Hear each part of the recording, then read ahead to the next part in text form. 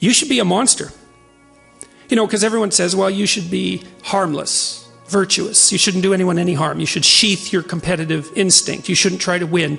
You know, you don't want to be too aggressive. You don't want to be too assertive. You want to take a back seat and all of that. It's like, no, wrong. You should be a monster, an absolute monster. And then you should learn how to control it. It's like, is there something wrong with being competitive? There's nothing wrong with it. There's something wrong with cheating. There's something wrong with being a tyrant. There's something wrong with winning unfairly. All of those things are bad. But you don't want people to win? What's the difference between trying to win and striving? What would be a practical approach for developing your shadow? Now, the shadow would be all the parts of the personality that the persona rejects.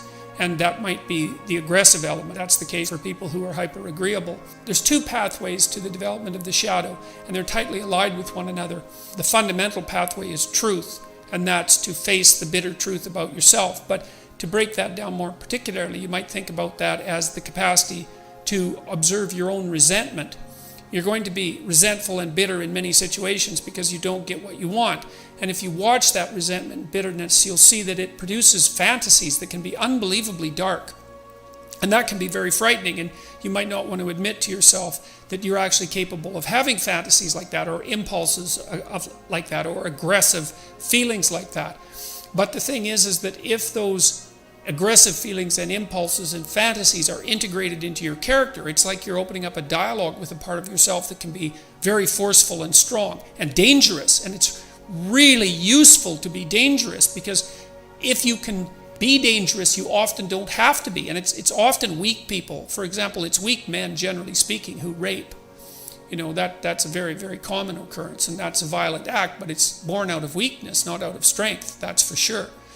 And so, anyways, you attend to your resentment honestly, and you observe yourself and what you're actually like. You got to pay attention as if you don't know yourself, as if you might harbor hidden devils, and then maybe they'll emerge. Now, Jung also felt that sort of embedded inside the shadow were the contrasexual tendencies. And so, for example, sometimes you see people who are well-developed.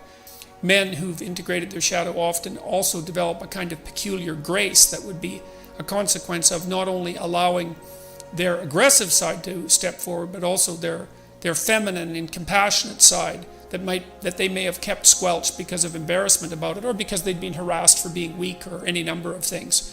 So, but the practical approach for developing your shadow, I would say, is to contemplate and consider your resentment and notice what it says. And because your resentment will also tell you what you have to say. So look at what happened at Google this weekend. You know, James Damore wrote that memo, and you can imagine he was pretty angry and perhaps even somewhat resentful at having to attend that diversity seminar. And I'm really just using this as an example. But what he did was decide that meant that he had something that he had to say, and then look at the consequences of that, man. It's absolutely unbelievable.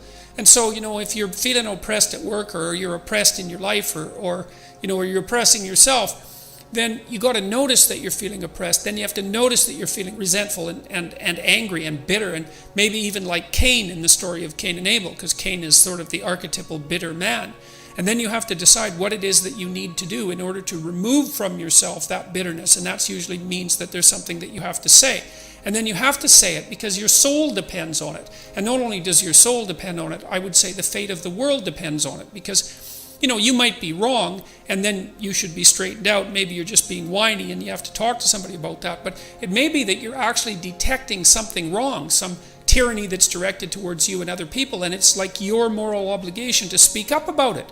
And so many workplaces become toxic, to use a terrible cliche, because the people in them won't speak up for what they actually want, or they speak up too late, and then they're all twisted up about it, and you know, they're torturing other people because they're so unhappy, and so forth and so on.